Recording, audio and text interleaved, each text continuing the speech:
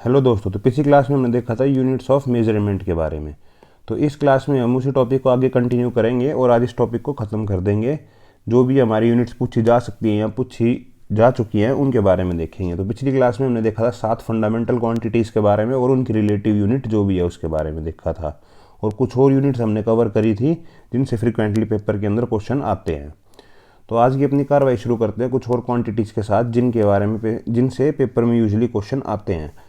अब अपनी आज की जो क्वांटिटीज़ है ना, ये सारी जो क्वांटिटीज़ है ना यहाँ तक वाली, ये सारी है हमारी इलेक्ट्रिसिटी और मैग्नेटिज्म से रिलेटेड। मतलब इलेक्ट्रिसिटी या फिर आप सिंपल समझो इलेक्ट्रिसिटी और मैग्नेट से रिलेटेड है सारी की सारी। मैग्नेट मतलब चुंबक और करंट इलेक्ट्रिसिटी से।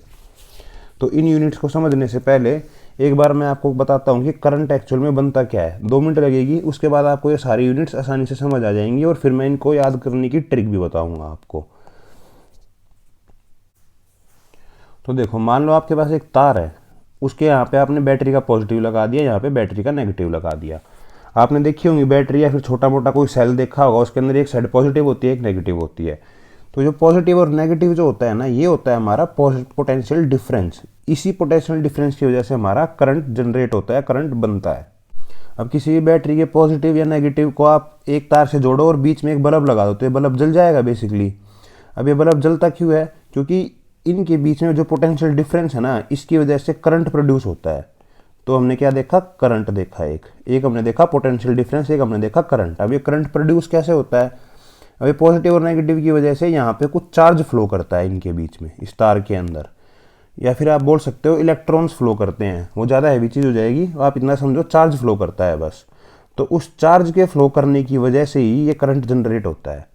तो करंट के जनरेट होने के लिए पहले पोटेंशियल डिफरेंस होना चाहिए, उस पोटेंशियल डिफरेंस की वजह से हमारा चार्ज जनरेट होता है। अब हर एलिमेंट की अपनी क्वालिटी होती है, वो इस चार्ज को फ्लो करने से रोकता है। तो उस क्वालिटी को हम बोलते हैं रेजिस्टेंस। अब वो हर चीज़ का अलग होता है। जैसे कॉपर का रेजिस्टेंस बहुत कम रहता है, तो इसलिए कॉपर वायर्स का हम यूज़ करते हैं। लक्कड़ को आप अगर बैटरी से जोड़ोगे उसमें करंट फ्लो नहीं करेगा, क्योंकि जो लक्कड़ है ना उसका रेजिस्टेंस बहुत ज़्यादा है, उसका रेजिस्टेंस हाई है, तो उस चार्ज को फ्लो करने देता नहीं है। तो इससे हमारी ये 4 टर्म हो गई: पोटेंशियल डिफरेंस, करंट, चार्ज और रेजिस्टेंस। अब ये जो करंट बनता है ना, इसको स्टोर करने के लिए हम किस चीज़ का यूज़ करते हैं? कैपेसिटर का। ठीक है, हर कैपेसिटर की कैपेसिटी होती है अपनी। तो अब इस कैपेसिटर का हम यूज़ करते हैं इस चार्ज को बेसिकली, या फिर इस करंट को स्टोर करने के लिए, कैपेसिटर। तो कैसे याद रखना है? कैपेसिटर की कैपेसिटी होती है चार्ज को स्टोर करने की, है ना। एक हमारी चीज़ होती है इंडक्टर। वो बेसिकली ऐसे कॉइल टाइप का स्ट्रक्चर होता है, स्प्रिंग टाइप का, ऐसे मेटल का होता है। इंडक्टर होता है ना, इसका भी बेसिकली काम यही होता है कि वो करंट को स्टोर करे, पर ये यहाँ पे करंट को मैग्नेटिक फॉर्म में स्टोर करता है, और ये जो स्टोर करता है ये इलेक्ट्रिक फॉर्म में स्टोर करता है। ये बेसिक डिफरेंस होता है हमारा कैपेसिटर और इंडक्टर के अंदर। तो ये हो गए हमारे बेसिक फंडे। देखो ये ज़्यादा टेक्निकल हो जाएगा, आप सिंपल याद रखो। बस कैपेसिटर और इंडक्टर का काम होता है कि वो चार्ज को स्टोर करते हैं या फिर करंट को स्टोर करते हैं। इतना सा फंडा आप याद रखो। तो अब इन्हीं सब चीज़ों की यूनिट्स हमें देखनी है क्या होती है, वो सब हम अब याद करेंगे कुछ ट्रिक्स के साथ। तो अपनी पहली क्वांटिटी बनती है कैपेसिटर या फिर कैपेसिटेंस। तो कैपेसिटर की जो नापने की जो क्वांटिटी होती है ना, उसको बोलते हैं कैपेसिटेंस, और उसकी यूनिट होती है हमारी फैरेड। अब इसको याद कैसे रखना है? देखो, आजकल ऑनलाइन ज़माना है, तो जिन लोगों को ऑनलाइन के बारे में ज़्यादा कुछ पता नहीं है, तो उनके ऊपर फ्रॉड होने की कैपेसिटी बहुत बढ़ गई है। इतने सारे लोग आजकल ऑनलाइन फ्रॉड कर रहे हैं कि फ्रॉड होने की कैपेसिटी बहुत बढ़ गई है। हालांकि ये फैरेड है भाई, ये फ्रॉड नहीं है। ये एक साइंटिस्ट था जिसके नाम पे कैपेसिटेंस की यूनिट को रखा गया है। तो ये फ्रॉड नहीं है, बस एक याद करने का तरीका है छोटा सा कि फ्रॉड करने की कैपेसिटी बढ़ गई है, तो इसलिए कैपेसिटेंस की यूनिट फ्रॉड। अब अपनी अगली है इंडक्टेंस, और इसकी यूनिट होती है हमारी हेनरी। अब इसको याद कैसे रखना है? देखो, इंडक्ट का मतलब होता है हमारा किसी को नौकरी देना या फिर किसी को अपनी कंपनी में इंडक्ट कर लेना, है ना। तो ये इंडक्टर बेसिकली क्या करता है? मैग्नेटिक फॉर्म में इलेक्ट्रिक को स्टोर करता है।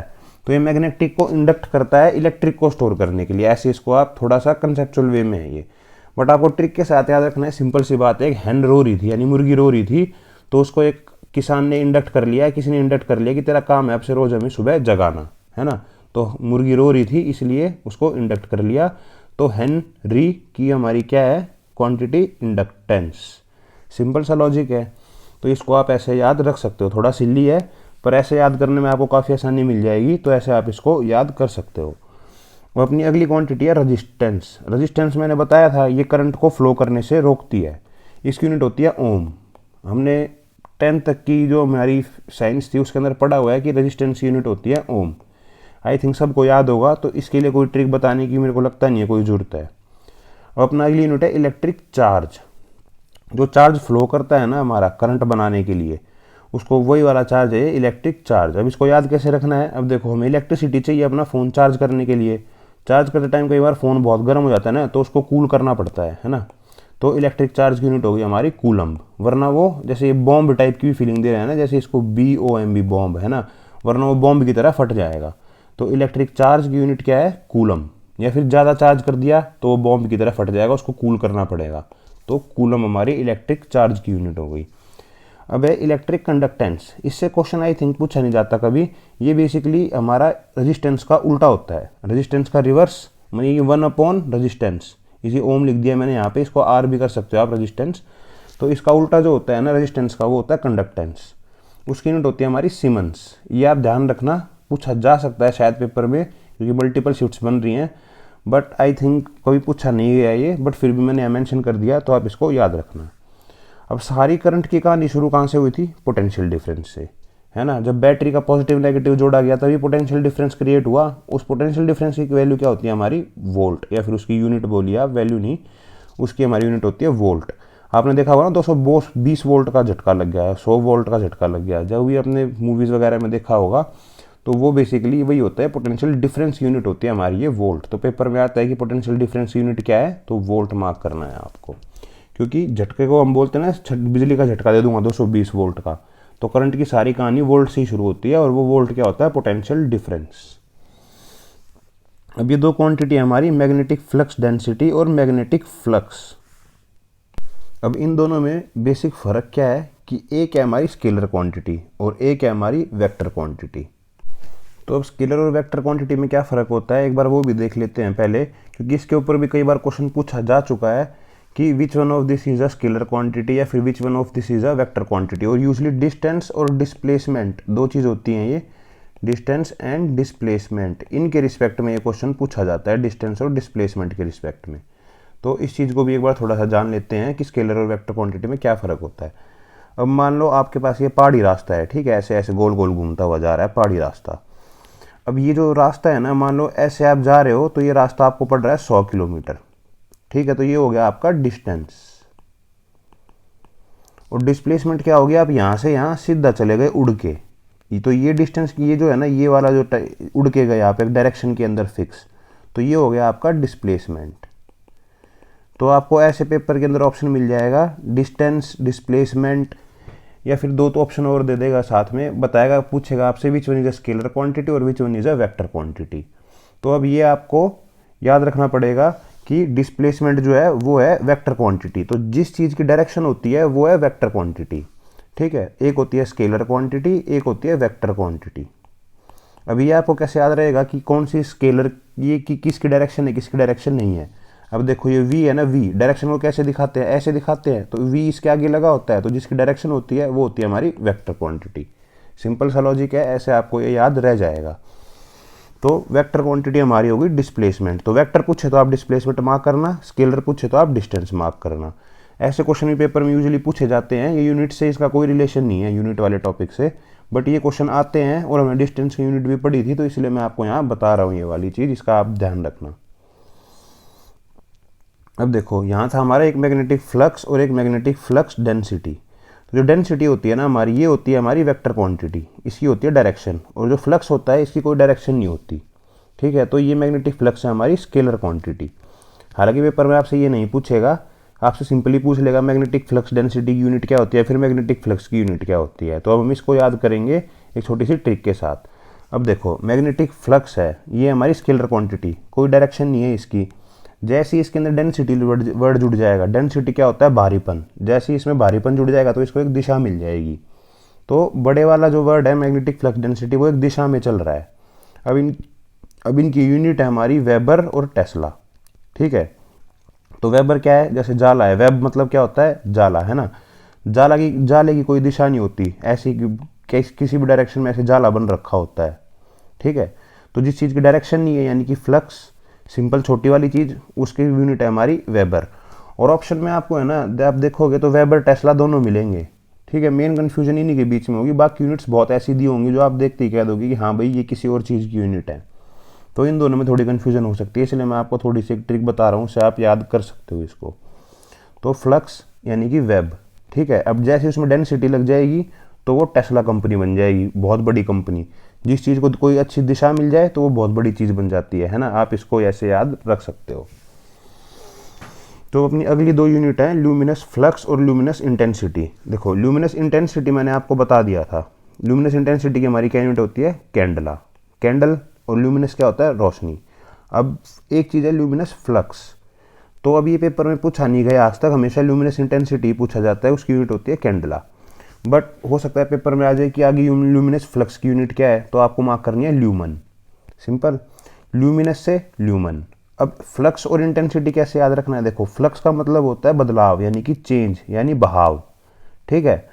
और इंटेंसिटी का मतलब क्या होता है हमारा, एक जगह पे एक किसी चीज़ की इंटेंसिटी या फिर तीव्रता या फिर तेज कितना है वो बेसिकली, तो वो होती है हमारी इंटेंसिटी।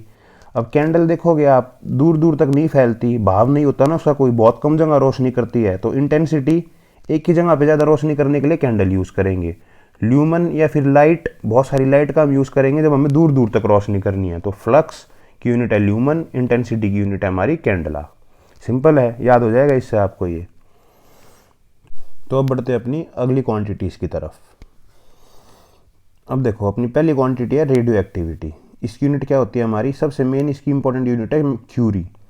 अब मैडम क्यूरी ने रेडियम की खोज की थी और उसी से ही हमें रेडियो एक्टिविटी के बारे में पता चला था, तो उन्हीं को सम्मान देने के लिए रेडियो एक्टिविटी की यूनिट बनाई गई थी क्यूरी। यूजुअली पेपर में यही मिलता है आपको क्यूरी ऑप्शन के अंदर। रदरफोर्ड तो बहुत रेयरली मिलेगा, या फिर आपको मिल सकता है बैक्वेरल ऑप्शन के अंदर, दोनों एक साथ कभी नहीं मिलेंगे। तो ये बैक्वेरल आपको कैसे याद रखना है, देखो रेडियो एक्टिविटी, ठीक है। तो रेडियो एक्टिव बम कौन से होते हैं, एटम बम वगैरह सब क्या होते हैं, रेडियो एक्टिव बम होते हैं, है ना। तो इन्हीं की वजह से सारा क्वेरल चल रहा है, यानी सारी लड़ाई इन्हीं की वजह से चल रही है। तो क्वेरल किसकी वजह से है, रेडियो एक्टिविटी की वजह से। तो ऐसे आप इसको याद रख सकते हो, रेडियो एक्टिविटी की यूनिट होगी बैक्वेरल। और क्यूरी तो आई थिंक बताने की जरूरत नहीं है, मैडम क्यूरी इतनी फेमस साइंटिस्ट थी, तो इसके बारे में आई थिंक कोई ट्रिक की जरूरत नहीं है, आप डायरेक्टली इसको याद रख सकते हो। अब अपनी अगली यूनिट जो है वो है साउंड इंटेंसिटी की।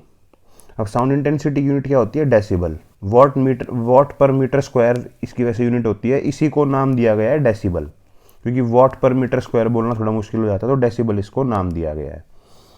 तो अब ये आपको कैसे याद रखना है, सिंपली अपना फ़ोन उठाना, गूगल पे सर्च करना कि साउंड पॉल्यूशन लिमिट्स इन दिल्ली, या फिर sound pollution limits in any state, जहाँ भी आप मार्क करना चाहो, ठीक है। तो ऐसे आप मार्क करना, आपको दिखाएगा कुछ डेसिबल में वैल्यू दिखाएगा, 60 डेसिबल 40 डेसिबल ऐसे करके।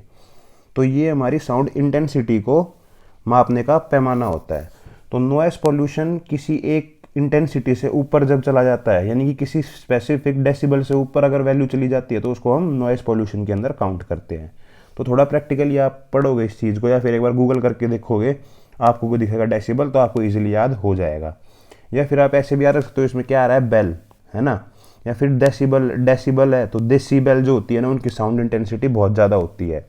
आजकल ये टिंग टोंग वाली जो घर में लगी हुई है, ये नहीं जो मंदिर में लगी होती है ना, बड़ा घंटा टाइप का जो होता है वो बेल, उनकी साउंड इंटेंसिटी बहुत ज़्यादा होती है। तो डेसिबल या फिर डेसिबल ऐसे करके आप इसको याद रख सकते हो।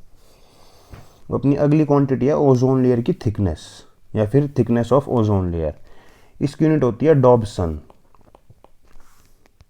अब इसको कैसे याद रखना है हमें कि ओजोन क्या करती है, सन की हार्मफुल लेयर्स को डुबा देती है, ठीक है। तो डॉब सन की हार्मफुल रेस को डुबा देती है, ऐसे आप इसको याद रख सकते हो कि ओजोन लेयर की थिकनेस की यूनिट क्या है, डॉबसन। अब अपनी अगली क्वांटिटी है प्रेशर। अब ये बहुत पेपर में बहुत बार पूछा जाता है कि प्रेशर की यूनिट क्या है, या फिर पास्कल किसकी यूनिट है, या बार किसकी यूनिट है, टॉर किसकी यूनिट है, ये पूछा जाता है। पास्कल से तो बहुत फ्रिक्वेंटली क्वेश्चन पूछा जाता है, तो ये आपको पता भी होगा कि प्रेशर की यूनिट पास्कल होती है, और एक इसकी यूनिट होती है बार, और एक होती है टॉर। एटमॉस्फेरिक प्रेशर से भी क्वेश्चन आता है कई बार कि एटमॉस्फेरिक प्रेशर की यूनिट क्या होती है, तो उसको हम यूजुअली बार या फिर पाउंड पर स्क्वायर इंच, या फिर इसको बोल देते हैं हम PSI भी। इनके अंदर यूजुअली एटमॉस्फेरिक प्रेशर को मापा जाता है, ठीक है, बार के अंदर या फिर PSI इनके अंदर। ये हमारी स्पेसिफिक टू एटमॉस्फेरिक प्रेशर है, एटमॉस्फेरिक प्रेशर, और इसको जनरली रिप्रेजेंट किया जाता है एटीएम। एटमॉस्फेरिक प्रेशर को जनरली एटीएम से रिप्रेजेंट किया जाता है, और इसको जनरली बार या फिर पीएसआई के अंदर नापा जाता है। तो ये पेपर में क्वेश्चन आ सकता है, तो आपको बार ऑप्शन में मिलेगा, या तो पीएसआई ऑप्शन में मिलेगा, या फिर आपको सिंपली एटीएम ऑप्शन में मिलेगा। तो इसका आपको ध्यान रखना है। ये मैंने यहाँ मेंशन नहीं किया था, तो मैं अभी ऊपर से अलग से लिख दिया है मैंने कि प्रेशर की यूनिट होती है हमारी पास्कल, बार, टॉर या फिर पीएसआई। और इनमें से एटमॉस्फेरिक प्रेशर के लिए जनरली बार या फिर पीएसआई का यूज़ किया जाता है। ठीक है, तो ये काफ़ी फ्रिक्वेंटली पूछा जाता है क्वेश्चन, तो इसका आपको ध्यान रखना है वैसे ही। अब अपनी अगली यूनिट है पावर की यूनिट। अब पावर की यूनिट क्या होती है? वाट, है ना। ये तो हमें पता ही है, इतने वाट का झटका लगा, या फिर इतने वोल्ट का ही बोलते हैं कि इतने वाट भी बोल देते हैं उसको। तो वाट बेसिकली पावर की यूनिट होती है, फिर हॉर्स पावर। जिनको गाड़ी वगैरह का पता होगा तो आपने सुना होगा इतने हॉर्स पावर का इसके अंदर इंजन लगा हुआ है स्पोर्ट्स कार के अंदर। तो पावर की यूनिट क्या होती है? वॉट या फिर हॉर्स पावर। अब यहाँ पे एक चीज़ है, देखो, एनर्जी, वर्क और हीट, इन तीनों की यूनिट हम जूल के अंदर लिख देते हैं, बट इसके अंदर से एनर्जी और हीट जो है ना, इसकी यूनिट हम कैलोरी के अंदर भी लिखते हैं। ठीक है, तो अब ये कैसे होगा? अब देखो, एनर्जी हमें किससे मिलती है? कैलोरीज से। अब कई लोग बोलते हैं ना वेट लूज करने के लिए अपना कैलोरी काउंट कम करेंगे, तो कैलोरी काउंट कम करने का मतलब बेसिकली क्या होता है? या फिर वो ज़्यादा एनर्जी यूज़ करें या तो वर्कआउट करें, है ना, बहुत सारा वर्कआउट करें और ज़्यादा एनर्जी यूज़ करें, तो उससे उनकी कैलोरी ख़त्म हो जाएगी। या कैलोरी का इनटेक लेना कम कर दें और थोड़ा सा उससे अपनी कैलोरी कम कर दें। अभी जो वर्कआउट करते तो बॉडी से हीट निकलती है, तो उससे हमारी कैलोरी बर्न होती है। तो इसलिए एनर्जी और हीट की यूनिट कैलोरी है। एनर्जी, वर्क और हीट, इन तीनों की जूल भी मानी जाती है बेसिकली यूनिट। तो ये दो यूनिट है हमारी, ये इजीली आपको याद हो जाएंगी, बहुत कॉमनली हमारी ये डे टू डे लाइफ में भी यूज़ होती रहती हैं। बट एक वर्क का आप स्पेसिफिकली ध्यान रखना, वर्क यूनिट होती है हमारी जूल। पेपर में इसी से पूछे जाने के चांस ज़्यादा हैं, क्योंकि इसकी यूनिट थोड़ी अलग होती है, वर्क की हमारी जूल, तो इसका हमें ध्यान रखना है। और ये हीट है ना, इसकी एक यूनिट होती है थर्म। ठीक है, हीट क्या होता है? बेसिकली थर्मामीटर से हम हीट नापते हैं ना, या हम गर्म रहने के लिए हीट के लिए थर्मल्स पहनते हैं, तो हीट की एक अलग से यूनिट बना रखी है थर्म। अब देखो, हर चीज़ की काफ़ी सारी यूनिट बनी हुई हैं, तो जो जो यहाँ पे मैं कवर कर सकता हूँ मैंने कवर कर दी है सारी की सारी। अब एक और हमारी यूनिट है जो मैंने शायद यहाँ पे मेंशन नहीं की है, हाँ वो यूनिट में मेंशन करना भूल गया था, वो होती है पावर ऑफ लेंस, या फिर मैग्नीफाइंग पावर ऑफ लेंस भी बोल देते हैं उसको हम generally, magnifying power of lens. अब हम चश्मा पहनते हैं तो हम पूछते हैं कितने नंबर का चश्मा है, वो बोलेगा 1 नंबर का है, 2 नंबर का है। तो 1 और 2 नंबर से बेसिकली मतलब क्या है? वो डायोप्टर में बताता है अपनी पावर, डायोप्टर। तो डायोप्टर जो होता है वो हमारा मैग्नीफाइंग पावर ऑफ लेंस बताता है। और ये क्वेश्चन भी हमारा पेपर के अंदर शायद कई बार पूछा गया है कि पावर ऑफ लेंस क्या होती है, तो इसका आंसर हमें मार्क करना है डायोप्टर, इसको आप ध्यान रखना। तो इसी के साथ आई थिंक मैंने मोस्टली सारी की सारी यूनिट्स और जो भी कंसेप्ट इन यूनिट्स को याद करने के लिए चाहिए होते हैं वो आपको समझा दिए हैं। इसको अच्छे से रिवाइज करना और पढ़ना, क्योंकि छोटे छोटे टॉपिक बहुत इंपॉर्टेंट होते हैं, इनसे आप काफ़ी नंबर बना सकते हो, इसलिए इन टॉपिक्स का खास ध्यान रखना है।